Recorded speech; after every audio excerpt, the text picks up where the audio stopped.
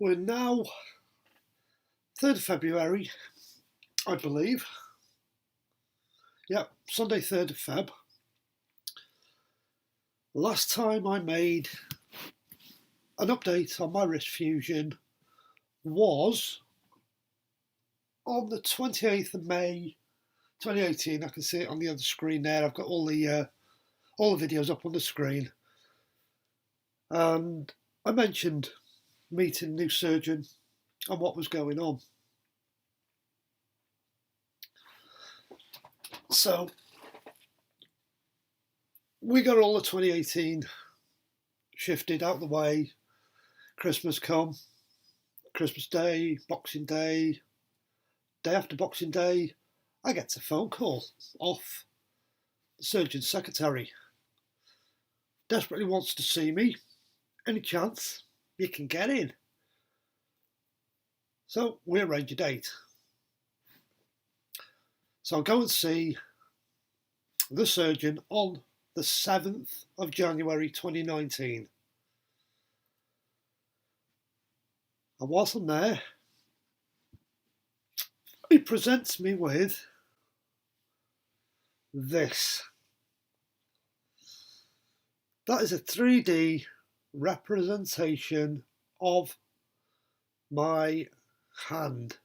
I've broken a piece off it, so if you just bear with me, I'm going to take the sling off and I'll try and put it back together.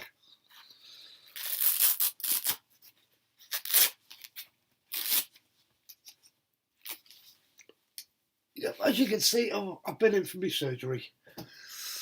So everything sort of flew quite quickly. Let me get this all in the right orientation. It was in one piece. It was in one piece, but I dropped it on the floor yesterday.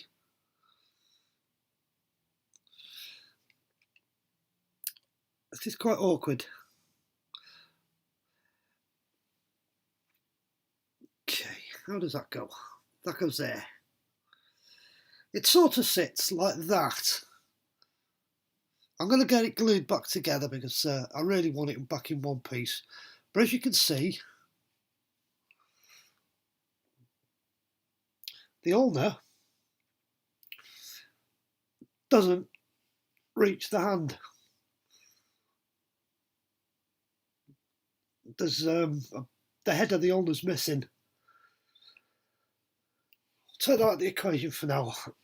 When I spoke to you last time about the wrist fusion update, he was going to take the plate off the top of the hand,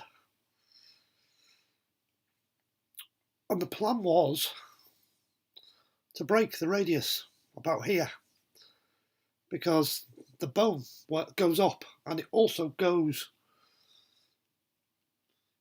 that way. This is all kilted over in the wrong direction, and it only comes, so you can imagine the hand exaggerated like that and like that. It was all wrong. All the angles were wrong in it.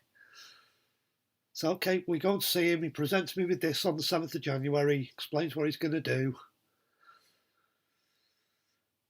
I asked him for this, and he says no, you can have it after your surgery. So 7th of Jan, see surgeon, he tells me what he's going to do. Then he drops me a bombshell and he says, can't do whole head replacement at the same time as doing the removal of that, because he says that is a long operation, a really, really long op. So that is 4 to 5 hours to get that off, to break that, straighten it all out, reassemble it, and another plate. So I said, okay, fair enough, we're doing 2 halves, which is what he agreed on, 2 halves. So we get the big bit out of the way first. But there is another reason why he couldn't do the ulna head. Till all the angles are right in the hand here, he can't put the ball and socket in here because of the angles being incorrect here. It would just keep dislocating, so that's the other reason why. And it's a long time to be in surgery. So we agreed to that. He then says to me, you've got your pre-op on the 9th of January, which was the Wednesday. I'm seeing him on the Monday the 7th, so the 9th of Jan, going for pre-op. In the meantime, I get a phone call off his secretary, and I'm on my way home from seeing him now, and she says, I've got your date. How does the 31st of January sound? To me, yeah, brilliant, get it out of the way, let's get it done.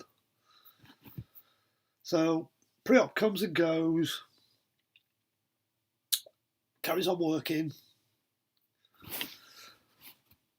30th of Jan comes and we have a load of snow up here in North Wales, so can't get to work that particular day in the car, so I take the Polaris, come home, spend the night working in the shop, bite to eat about 10:30,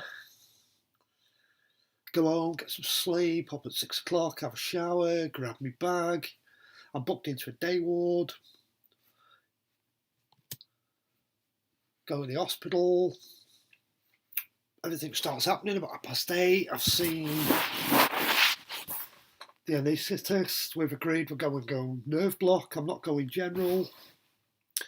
Surgeon turns up, explains everything again like they do. They've got to. He disappears. Anaesthetist then comes back and he says to me, I didn't realise this surgery was for maybe 5 hours, he says, and you've agreed to a nerve block. Are you still okay with it? I am. Don't want a general, don't want knocking out. So he gives me a few options and he says, if you're not comfortable at any time, tell me. We can either give you a general for the rest of the op or some sedation just to make you drowsy. So I says, all right, I've got the option. I'm going to stick with my nerve block. So 9:30, then wheel me off. Go down to an anaesthetic. It puts the drip in my hand there, puts me on the drips, goes in through my neck, does the nerve block, hand's gone to sleep. No idea how long I was in anaesthetic. It could have been 15 minutes, half an hour, 45, not sure. Doesn't really matter. It's just the fact that I went down at 9:30. So that's my start time as far as I'm concerned. Hand's gone to sleep. Weird feelings, weird. And I'm sitting there with the hand like this whilst they're doing the anaesthetic. My little brain's going, yep, it's the last place I remember your hand. Obviously, you're in theatre, the hand's stretched out, but your brain still thinks. Your hand is on your chest. It's a strange feeling, very hard to explain. Anyhow, we're in theatre, everything's going, I think, really well. I'm still awake, I'm listening to the conversation, talking to the anaesthetist, occasionally talking to either of the surgeons because there was 2 of them there. And I heard him say, we've got the plate off, he passed me the saw, cuts the bone, reallocates everything. They have a chat about which plate they're going to use to refasten all it back together, and they're talking about the length of screws. So he's put the screws in, blah, blah, blah, and then he goes, whoops, I didn't want that to happen. So I sort of opened my eyes, because I'm awake, but I'm just dozing, and I've heard this, and I went, what's the whoops? So he goes, there's another stress fracture in the radius. We didn't know about that. So he says, I can't get into it from the top. I've got to put another incision in, he says. He starts asking questions then. He says, how long's the tourniquet been on? They give him a time. It's been on a couple of hours. He says, right, we need some more local anaesthetic in the hand. I need the tourniquet removing for a little bit because it's been on way over the time it should be on. Let's let some blood back into the arm and then we'll start on that. So tourniquet comes off, it releases all the pressure in my shoulder. They put a load of local anaesthetic in my shoulder, make it a bit more comfy. I'm then throwing the question again, do I want the general? Do I want sedating for a bit? I went, no. How long is it going to be? He goes, another 2 hours.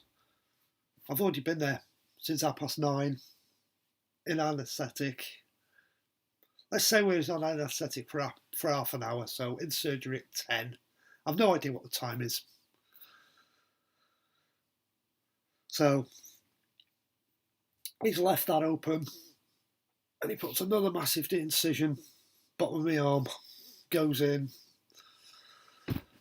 breaks the stress fracture, cleans it all up. Then more plates go in, more screws go in. He says to the people in theatre, how long has this tourniquet been on now? And they went, hour and 50 minutes. Right, we need to get that off again now, he says. So off comes tourniquet, suction goes in, they're sucking all the fluids out. They're quickly sewing things up. They're done, they're finished. He said, look, we're done. I can't do no more. Can't do the ulna head. You've been in here too long. We need to do that on the second op, which was agreed. I already knew that. So he says, we're done, we're dusted. Start closing down, start shutting down. So he sutures it all up, puts the cast on, make sure I'm okay. And then just as I'm leaving theatre, he presents me with the full version of that. I've got the other bits somewhere. I'll show you that in another video when I've put it back together.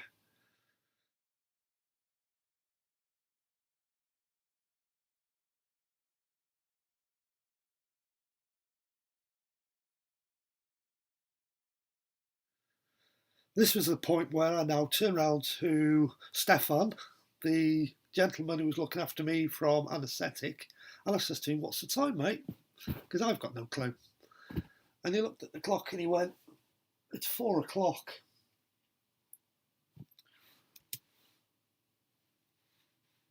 Yeah, it's 4 o'clock in the afternoon. I've been in anaesthetic since 9:30. So say we went to theatre at 10 o'clock. We're 6 hours. So it's 6 hours in surgery. So what? It's been done. It's finished. It's over. I'm on my way to recovery with my 3D model on my chest, proud as punch. Into recovery because I haven't been knocked out or anything. I've not been on a general. I've been on the nerve block.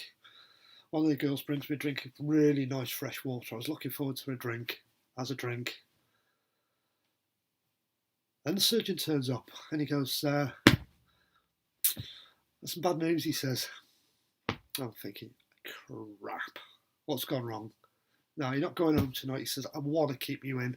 You've been in theatre a long, long time. I'm not willing to let you go home. So he says, I've got your ward up on the a room. I've got your cubicle, he says, actually, by the nurse's station. In the ward.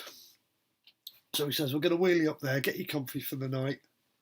I noticed you brought a bag this morning. What have you got with you? I said, I've got to change your clothes, my dressing gown, my iPad, my charger, my phone, glasses, all that kind of stuff. So he goes, we'll get you sorted, we'll get your cup of tea sorted out, get you something to eat. I'm like, oh, that's sound. So they wheeled me up to the ward, and literally, I was in cubicle 1 at the nurse's station.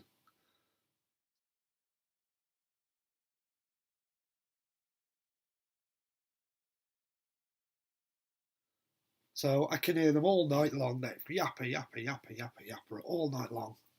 So I didn't get a lot of sleep on the Thursday night into Friday morning. But that was expected. Woke up about 8 o'clock on Friday morning, and they've had the arm elevated all night long, which you expect. Anyway, I managed to get it out of the the elevation, and I took one look at it and I went, oh crap. It had been bleeding all night. What was a nice white cast like this, from top to bottom, all down my arm and all up here, covered in blood. So I called one of the nurses over and I said to her, look, that's happened overnight. She says, the surgeon's on his way up. We know he's in the building. He has spoken to us and he said he's coming up to see you. But he says, I'll give him a quick ring now, she says. So she rings him and he turns up within 5 minutes, takes one look at it and he goes, he disappears again, comes back, pair of scissors, splits it, takes it off. It's not bleeding now, it's sealed itself up, thank God. So he says, I'm going to clean it all up, I'm going to redress it. And I'll check the sutures, he says, that I put in yesterday, make sure none of them are torn, nothing's broken. So he takes the cast off. It's not painful. He takes the other dressings off. And you can see where they've been bleeding, top and bottom. But they're not bleeding anymore, they've just bled overnight. So he says, no, I'm happy, it's not bleeding anymore. But he says, we'll get you down to plaster room, put your new cast on. He says, are you all right for a couple of hours without a cast? And I went, that would be lovely, because I'm going to be in it for 2 weeks now. So just give it some air, let it breathe. So out the cast it comes. I spend all morning, no cast on the arm, just supporting it in the sling. It's not uncomfortable, but it's not comfortable. And I've got to be careful.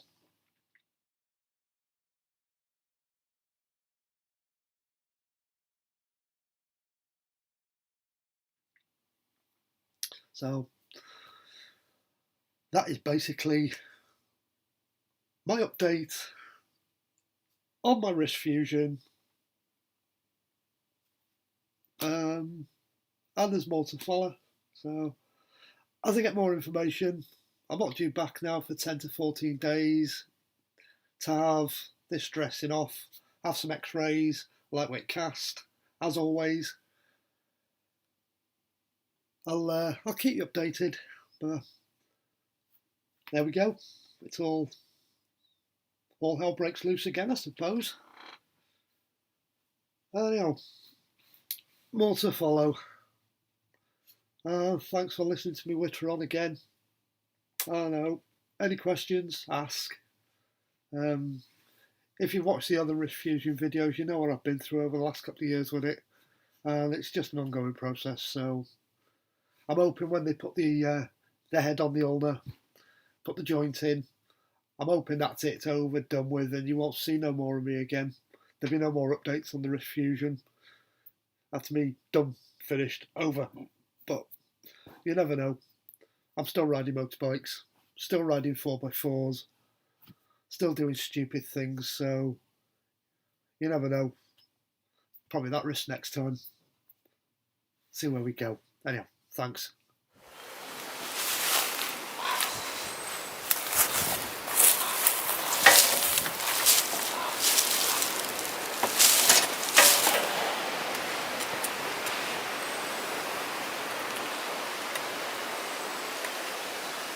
Come out to make a couple of videos today.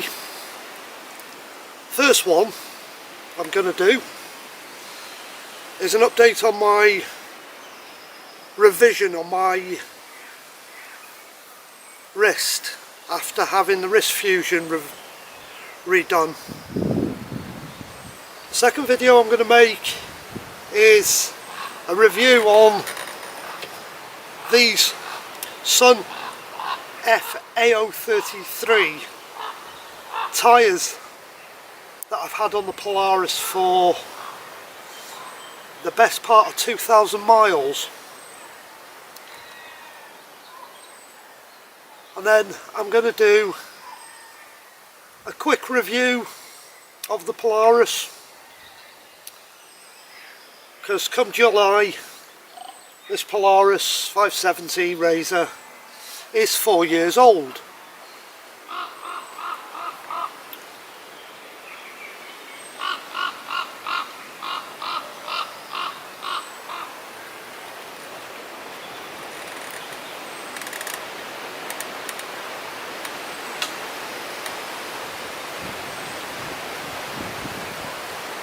First I'm going to do my update on my wrist fusion, and if you can see, there's one of the surgical scars, and there is the other surgical scar, and there's another one running up there. I had the revision done on the 30th of January 2019 because I was still having problems with the wrist on the original wrist fusion. So I'm nearly 12 weeks after the surgery now, and another complication's come into play. On the original wrist fusion, they put the plate in and they set the hand at a certain angle, which kept my damaged ulna away from the radius. Now the surgeon I've got at the moment said he wouldn't do the ulna replacement with the wrist in the position it was in before. So he revised the position of the hand with the wrist fusion. And unbeknown to us,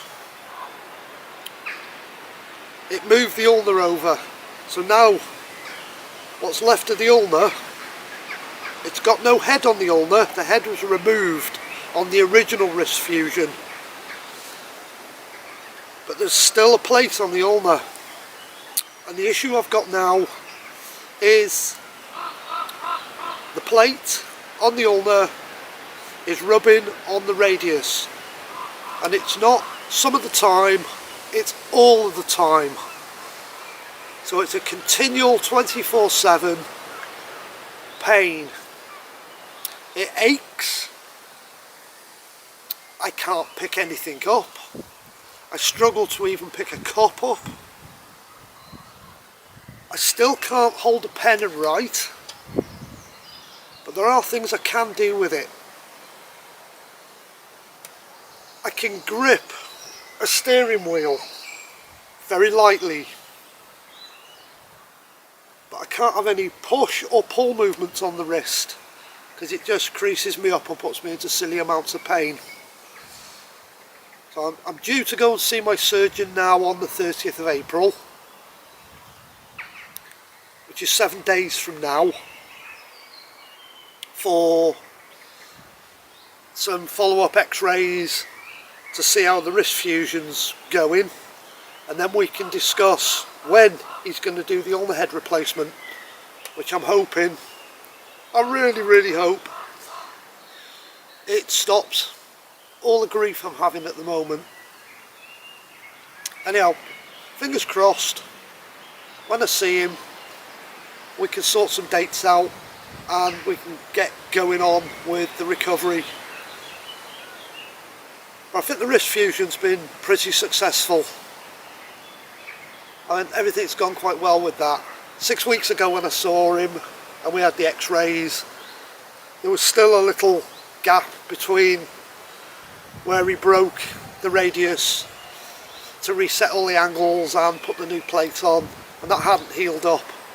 So I'm 6 weeks further on nearly, so I'm quite interested to see how that is progressing. So that's where I'm up to with the wrist. I'm still in pain with it. I'm still not capable of working, doing my job, because my job is hands-on all day, using my hands, using machines, and I can't afford to put the strain and the stress on it at the moment because I'm scared of doing more damage. Plus he's still got me signed off.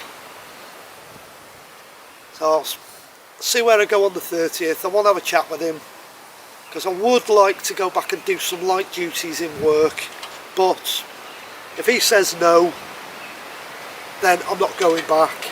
If he says I can go back and do some light work, then I'm going to give it a go and see how things go with that. But for now, wait till the 30th of April, see surgeon, and just see what happens. Anyhow, little update. thank you very much for listening. Have a good day, and I hope anybody else who's been going through this surgery, I hope your recoveries are going good. It does get better. It's just I've had a lot of complications. There was a lot of damage in the hand, so good luck. Thank you.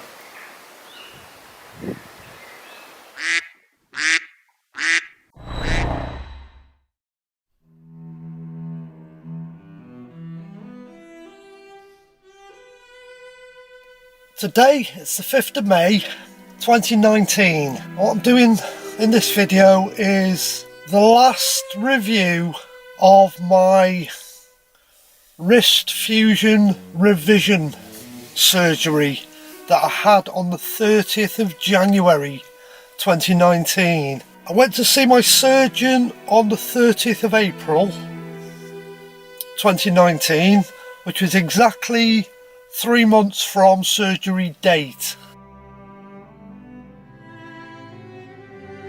where you go through your procedure, you go to clinic, get sent down to x-ray, then went back to see the surgeon. We are now showing signs of healing.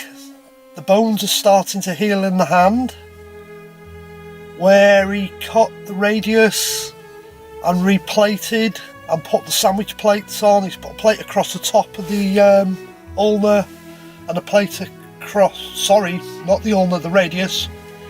He's put a plate across the top of the radius and one across the bottom of the radius to hold it together whilst it was healing. In the latest x-rays, which were taken on the 30th, you can now see the cut that he put in the bone to re-angle the hand has started to heal.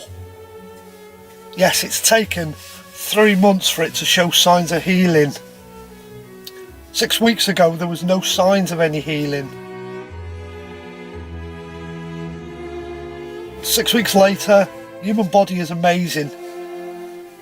It is now beginning to heal. Whilst I was there,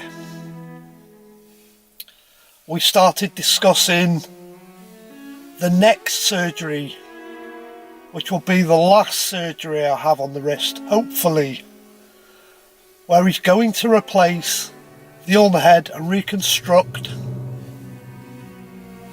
the little finger side of my hand. So I'm happy with the way things are going now. The fact that I'm on the road to recovery. He's happy with what he's done. I'm happy with what he's done. And the fact it is showing signs of recovering. He's already put me down for the ulna head replacement. So I'm on the waiting list for that now. But as we were talking and we've been discussing what's going on, what the future surgery is, he did say to me, there's no way I'll go into that hand yet, it's not ready, it's not finished healing enough. So he says, I'll see you again 6 months, so that'll mean May, June, July, August, September. It'll be October when I see him next time, where we'll take some more x-rays, and hopefully by then everything's fully healed. And then I'm theoretically only 3 months away from having the ulna head replaced, which is not as big a surgery as I went through to have this revision surgery. The revision was 6 hours.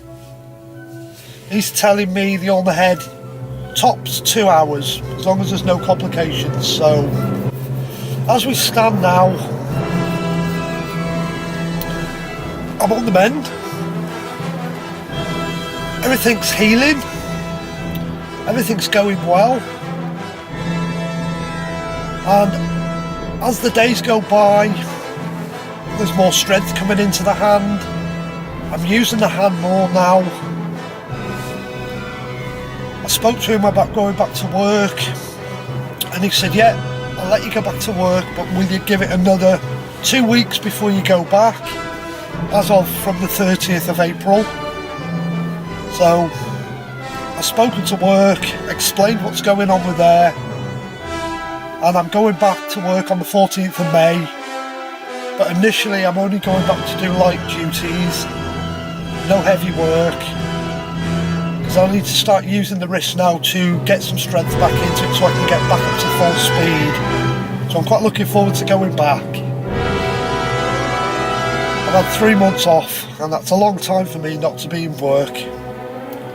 So I'm looking forward to going back. So I don't know if I'm looking forward to the ulnar head replacement or not, but I suppose I am in one way and not in another, because I know I'm going to be off work again for another 12 weeks after it. But let's get the next 12 months out of the way, get the surgery date, and then, as I have done in the past, I'll bring you along on the entire trip, from seeing the surgeon, seeing the x-rays when I see him, and then obviously follow up from the surgery, updates from the surgery, and we'll go with the flow basically.